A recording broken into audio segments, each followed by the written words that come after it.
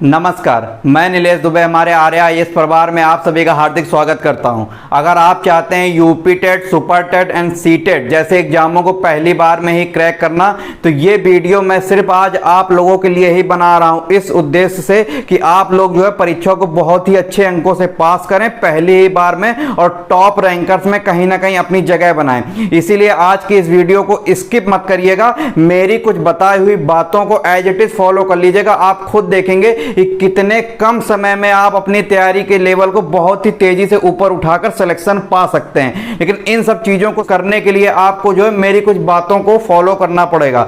आपने कई बार ऐसा सुन रखा होगा कि कुछ स्टूडेंट होते हैं जो लगातार 3 से 4 साल तैयारी करते हैं, 12-13 घंटे पढ़ते हैं, लेकिन फिर भी उनका सिलेक्शन नहीं होता। और उन्हीं के बीच से कुछ स्टूडेंट ऐसे निकल के आते हैं जो कि 2 से 3 महीने पढ़ते हैं और 6 से 7 घंटा डेली पढ़ते हैं और उनका सिलेक्शन हो जाता है। तो उन स्टूडेंट में और इन स्टूडेंट में क्या अंतर है? तो देखिए, केवल अंतर यही है कि आपको क्या है, उन स्टूडेंट ने क्या किया, उन्होंने स्मार्ट वर्क किया जिनका सिलेक्शन हुआ 2 से 3 महीने में, और जो 3 से 4 साल से लगे हुए हैं जिनका सिलेक्शन नहीं हो रहा है, वो क्या कर रहे हैं, वो हार्ड वर्क कर रहे हैं। तो आज का देखिए कंपटीशन का दौर जो है इतना लगातार बढ़ गया है कि अब आपको जो है हार्ड वर्क, तो एक कहावत हो चुकी है कि आपको हार्ड वर्क करना चाहिए सिलेक्शन होगा। मानते हैं कि आपको हार्ड वर्क करना ही पड़ेगा, लेकिन हार्ड वर्क के साथ कहीं ना कहीं स्मार्ट वर्क को भी प्रायोरिटी सबसे ज्यादा देनी पड़ेगी, तभी आपका सिलेक्शन पहली बार में कम समय में होगा और आप कहीं ना कहीं टॉप रैंकर्स में आकर मेरिट में सबसे ऊपर अपना नाम लाकर सिलेक्शन को पा लेंगे।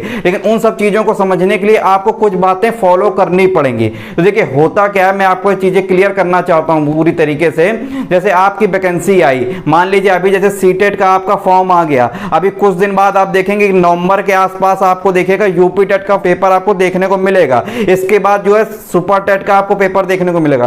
तो होगा क्या, बहुत ज्यादा स्टूडेंट में पैनिक की स्थिति हो रही है। पैनिक की स्थिति कहने का मतलब कि जैसे आपका फॉर्म आया, वैकेंसी आई, पेपर में लगातार उससे रिलेटेड न्यूज निकल रही है कि भर्ती होने वाली है, तो लगातार लोग अब पैनिक की स्थिति क्रिएट कर रहे हैं। इधर जा रहे हैं, उधर जा रहे हैं, इधर पीडीएफ मांग रहे हैं, इधर वीडियो मांग रहे हैं, सर कुछ ऐसा बता दो कि पास कर ले हम परीक्षा, सर ये चीजें बता दो। तो मैं आपको बताऊं कि अगर आप अपने अंदर एनालिसिस पावर को डेवलप कर लेंगे तो आपको परीक्षा पास करने से कोई नहीं रोक सकता।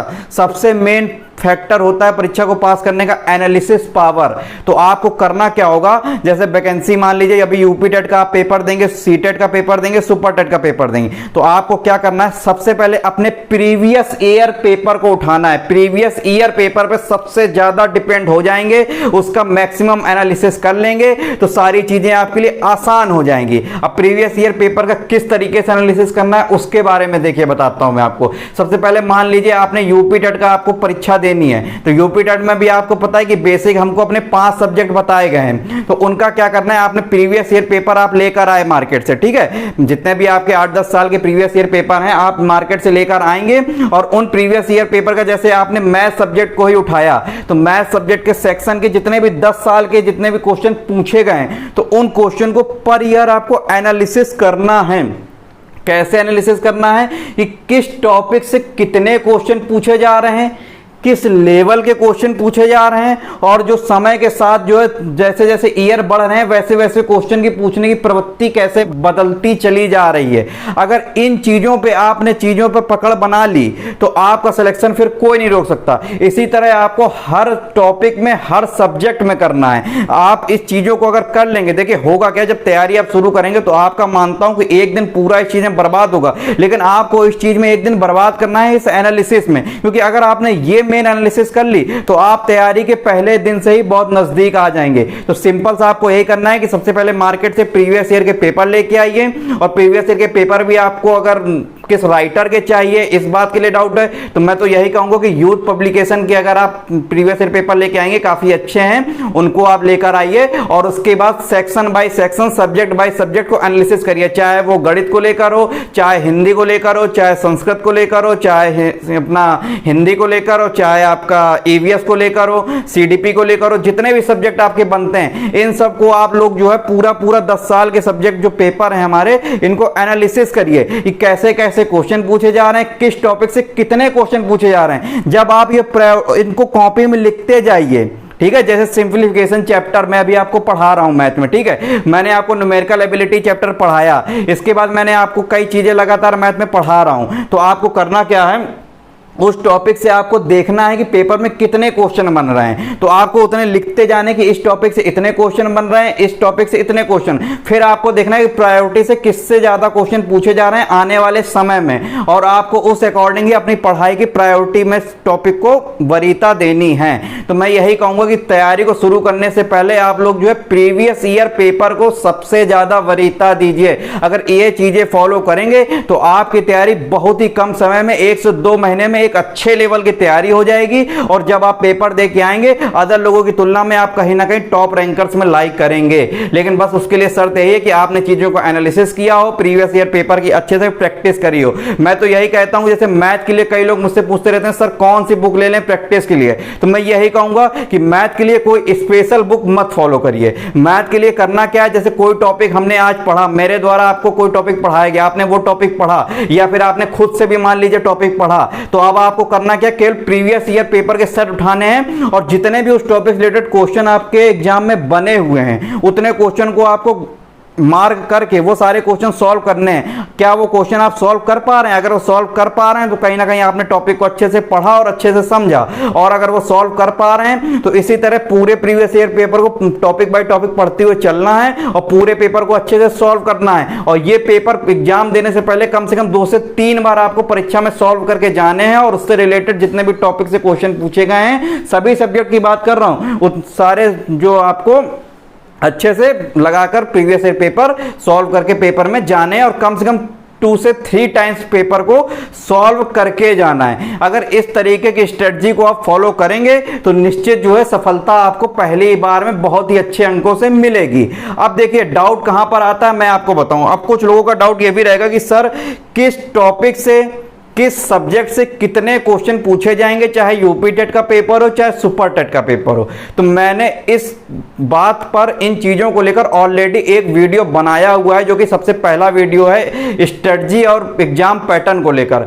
आई सेक्शन में मैं आपको वो वीडियो दे दूंगा, आप वहां से जो है आई बटन से जाकर वो वीडियो देख सकते हैं। डिस्क्रिप्शन में भी उसका लिंक मैं स्ट्रेटजी एंड एग्जाम पैटर्न के नाम से डलवा दूंगा, आप उस पर क्लिक करके देखिए। मैंने उसमें डिटेल में बताया हुआ है कि किस टॉपिक से कितना आपका पूछा जाएगा, कितने नंबर का गणित आपकी कितने नंबर की आएगी, करंट अफेयर आपकी कितने नंबर की आएगी। मैंने आपको ऑलरेडी बताया हुआ है कि यूपी टेट के जो आपके बेसिक सब्जेक्ट हैं ये आपको यूपी टेट में तो नंबर दिलाएंगे ही दिलाएंगे, प्लस सुपर टेट में भी आपको कहीं ना कहीं टॉप पे लाने में मदद करेंगे। इसके अलावा सुपर टेट में मैंने आपको बताया कि जो करंट अफेयर का पोर्शन है 30 से 40 क्वेश्चन पेपर में पूछे जाते हैं, तो मैक्सिमम करंट अफेयर पे फोकस करिए। यूपी टेट के 5 बेसिक सब्जेक्ट पर फोकस करिए, तो आपकी सुपर टेट की तैयारी जो है ऑलरेडी 60 से 70% तो इन्हीं से हो जाती है। इसके अलावा 5-5, 10-10 नंबर के कुछ टॉपिक बचते हैं, उनके लिए मैंने डिटेल में और बताया हुआ, उस वीडियो को जाके देखिएगा, आपको अच्छे चीजें समझ में आ जाएंगी कि किस टॉपिक से कितना पूछा जाता है। अब मैं उन स्टूडेंट की बात कर लूं थोड़ा सा जो मतलब कंफ्यूज हैं, कि जिन्होंने मान लीजिए यूपी टेट का पेपर अभी तक पास ही नहीं किया है, और जिन्होंने सुपर टेट का पेपर जो देने के लिए तैयार बैठे हुए हैं, यूपी टेट की परीक्षा पास कर चुके हैं। अब उनमें ये कंफ्यूजन है कि सर मान लीजिए हमने यूपी टेट का पेपर अभी पास नहीं किया, तो क्या हमको केवल यूपी टेट की तैयारी करनी चाहिए या फिर UP TET plus super TET दोनों की तैयारी लेकर साथ में चलनी है? तो मैं आपको पहले एक बात क्लियर कर दूं, देखिए होगा क्या, यूपी टेट और सुपर टेट दोनों के पेपर में जो समय मिलेगा ना आपको, वो बहुत ही कम मिलने वाला है। मैं आपको बता दूं, बहुत ही ज्यादा 1-1.5 महीने का दोनों के पेपर में समय आपको देखने को मिलेगा। तो अब आपको करना क्या है, यूपी टेट के पेपर जैसे मैंने आपको बताया 5 सब्जेक्ट होते हैं, 5 सब्जेक्ट को तो आपको वरीयता देनी ही देनी है, वो तो आपको पढ़ने ही पढ़ने। और अगर आपने उन 5 सब्जेक्ट पे अच्छे से कमांड कर लिया यूपी टेट के, तो आप देखिए कि सुपर टेट आप कहीं ना कहीं 50% तो कवर करते कहीं ना कहीं ऑलरेडी अपने आप दिखेंगे। इसके साथ साथ यूपी टेट की तैयारी करने के साथ साथ आपको करंट का पोर्शन डेली बेसिस पर, डेली आपको आधे से 1 घंटा करंट पर डेली वर्क करना है। करंट अफेयर को लेके आप अच्छा वर्क करेंगे तो कहीं ना कहीं 20% आप सुपर टेट में और उठ जाएंगे। कहने का मतलब कि लगभग 60 से 70% तैयारी तो आपकी यूपी टेट की तैयारी करने के साथ ही आपकी सुपर टेट की भी तैयारी होती रहेगी। तो इस तरीके से तैयारी करनी है। जो पहली बार यूपी टेट की तैयारी कर रहे हैं या फिर जिन्होंने करी है, अभी तक परीक्षा नहीं पास करी हुई है, मैं उनके लिए बता रहा हूं। और जिन्होंने अगर सुपर टेट की परीक्षा देने के लिए तैयार बैठे हैं, यूपी टेट जिनका क्लियर है, तो उनको यही करना है कि पहले तो अपने बेसिक सब्जेक्ट अच्छे से रिवाइज करिए, करंट अफेयर पे सबसे ज्यादा फोकस करिए, और मैंने जो अदर सब्जेक्ट बताए हुए हैं उनको किस तरीके से पढ़ना है वो मेरा वीडियो जाके देख लीजिए, एग्जाम पैटर्न स्ट्रेटजी वाला, वहां से आपको समझ में आ जाएगा किस सब्जेक्ट को कितनी हमें वरीयता देनी है।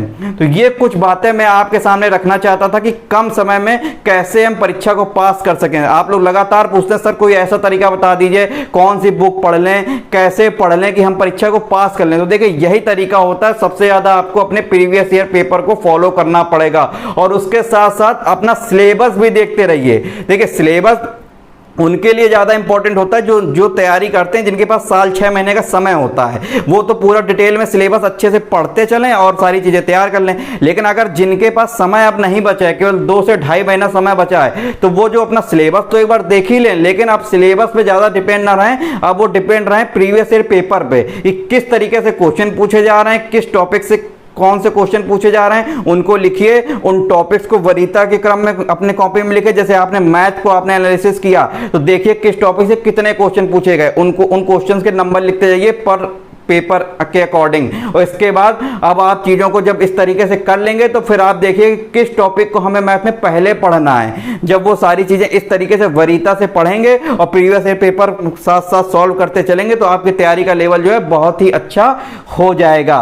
तो उम्मीद करूंगा कि आज की क्लासेस में जो मैंने आपको बातें बताई आज की क्लास में वो आपको बहुत ही अच्छे समझ में आई होंगी। अगर आप ये सब बातें फॉलो करेंगे तो कहीं ना कहीं जो है आप बहुत ही कम समय में बहुत ही अच्छे अंकों से परीक्षा को पास करेंगे और टॉप रैंकर्स में कहीं ना कहीं आपका नाम बिल्कुल आएगा। तो इन सब बातों को अपने अंदर लाने की कोशिश कीजिए, फॉलो करने का प्रयास कीजिए, बिल्कुल सफलता निश्चित होगी, गारंटी से इस बात की रहेगी। तो पेपर देके आना, आराम से पेपर आपका क्लियर भी होगा और बहुत ही अच्छे अंकों से क्लियर होगा। तो ये कुछ बातें मैं आपको बताने वाला था जो कि आपके लिए जानना बहुत ही जरूरी था। ठीक है, तो आज की क्लास में अब हम लोग इतना ही रखते हैं। बस मैं इतना ही आपको बताने के लिए आपके समझ छाया हुआ था। इन सब बातों को अच्छे से फॉलो करिए, और अगर मेरी बात से आप सभी सहमत हैं तो सभी लोग कमेंट सेक्शन में जो है अपना कमेंट बॉक्स में अपना कमेंट करके जरूर बताएंगे sir I am agree with you, और उसके बाद वीडियो को लाइक करें, जिससे हमें भी पता चले कि आप लगातार हमारी चीजों को फॉलो कर रहे हैं और हम लगातार आपको पढ़ाने के लिए लगातार मोटिवेट हों और सभी सब्जेक्ट जो है सभी क्लासेस आपको